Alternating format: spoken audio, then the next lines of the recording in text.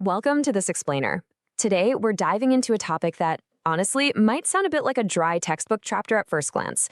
But trust me, it actually plays out like a high-stakes economic drama on the global stage. We're decoding currency devaluation and unpacking a seriously fascinating economic principle known as the Marshall-Lerner condition.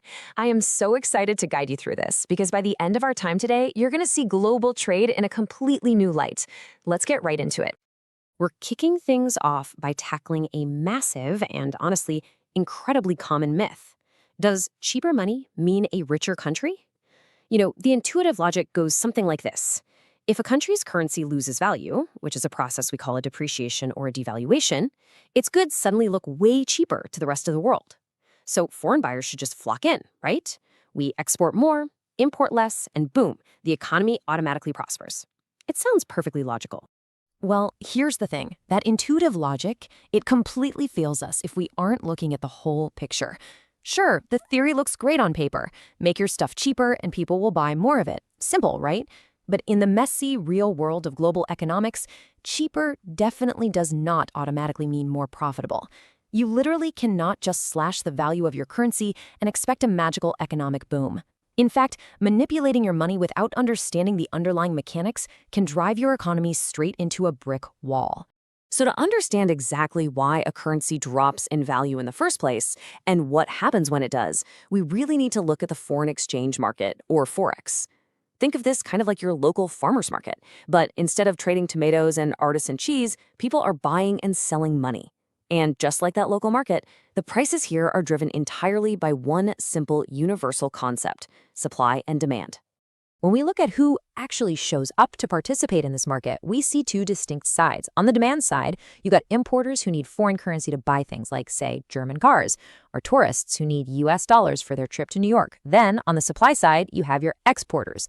These are local businesses that sold their goods abroad, got paid in foreign currency, and now need to supply that foreign money to the market in exchange for their local currency just so they can pay their workers. So the exchange rate is simply the exact price point where the demand for foreign currency perfectly meets the supply of it. Okay, let's look at a real-world scenario to see how a sudden shift in that exchange rate, a devaluation, acts as a serious double-edged sword for the local economy. Because when a currency weakens, it isn't just one straightforward event. It's an action that triggers two completely opposite reactions at the exact same time. Let's make this concrete. Imagine that just yesterday, one US dollar bought 4 Israeli shekels. But today, the local currency has devalued, and that single US dollar now buys 5 shekels. The shekel has gotten weaker. Let's break down the immediate day one aftermath of this drop, because, wow, this is where the plot really thickens. This sets up a really fascinating race. For imports, this is the big ouch moment. If you're a local business needing to buy a piece of foreign machinery for $1,000, yesterday that cost you 4,000 shekels. Today, that exact same machine costs you 5,000 shekels. Ouch. Imports get instantly more expensive and painful. But for exports, there's a huge silver lining. A local software company selling an app globally for $100 used to bring home 400 shekels. Now, for that exact same $100 sale, they bring home 500 shekels. They're suddenly making way more local money, which actually gives them the wiggle room to lower their dollar price, become ultra competitive, and sell a ton more apps abroad. So we've got a literal economic tug of war going on here. Imports are instantly hurting the economy because they cost so much more, while exports are suddenly helping because they're way more profitable and competitive. The big question is, who wins this race? Does the good actually outweigh the bad? Enter economists Alfred Marshall and Lerner. They stepped up to answer that million-dollar question, and they proved that a devaluation's success entirely depends on a very specific mathematical condition being met. Their condition states that a currency devaluation will only improve a country's trade balance if the sum of the elasticities of demand for exports and imports is greater than 1.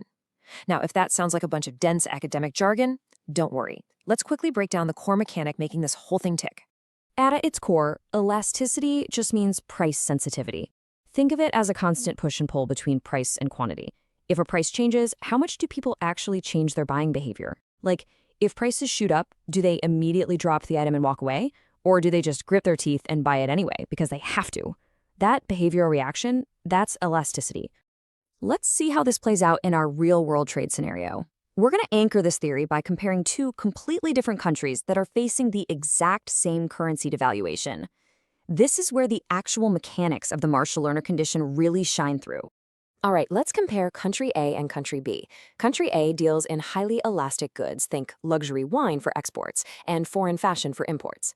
Things you want, but don't strictly need. On the other hand, country B is dealing in highly inelastic goods, absolute, non-negotiable necessities. They export highly specialized raw materials that nobody else makes, and they import vital medicines and crude oil. Let's look at what happens when country A devalues its currency. Because they deal in elastic goods, their buyers are highly price sensitive. Foreign wine lovers see a massive price drop in country A's wine, and since it's a luxury they enjoy, they jump on it and buy way more. Meanwhile, the locals in country A look at the newly inflated price of imported fashion, say, yeah, absolutely no way, and switch to domestic clothing brands instead. Because the quantities bought and sold shifted so drastically in response to the price, the devaluation actually works. Their trade balance successfully improves. They met the Marshall-Lerner condition. But now, look at the total nightmare scenario for country B. Buyers here are dealing with inelastic goods. When country B devalues its currency, foreigners don't magically buy more of their specialized raw materials, right? Because they already buy exactly what they need for manufacturing. You don't just buy double the titanium because it's on sale. But it gets worse. The locals in country B literally cannot stop buying vital medicine and crude oil. They're trapped. They have to buy the exact same amount to survive, but now they are paying drastically more of their local currency for those exact same imports. So for country B, the devaluation just made their trade deficit even deeper. So the absolutely crucial point we're drawing from this is that you cannot just manipulate the value of your money and blindly assume the global market will adapt in your favor. Economics isn't magic, it's just human behavior scaled up. Making your money cheaper is completely useless if the rest of the world's buying habits can't or won't change to take advantage of it. It all boils down to one simple truth. Flexibility is everything. If your economy is rigid, a devaluation is just going to make life a whole lot more expensive. It relies entirely on understanding the true nature of what your country actually buys and sells. If you're country B and you lack that market flexibility, trying to devalue your way to prosperity is going to bring nothing but severe economic pain to your citizens. But here's the ultimate twist, and a really fascinating thought to leave you with today. Let's say you're country A. You're perfectly flexible, you have highly elastic goods, and you absolutely nail the Marshall-Lerner condition. Well, even then, your trade balance is going to plummet before it actually improves. There's a deeply fascinating phenomenon known as the J-curve, which explains why in economics, things almost always have to get worse before they get better. But why exactly does that happen? Well, that is a fantastic question, and it's exactly what we'll be exploring in our next explainer. Thanks so much for learning with me today, and I'll see you next time.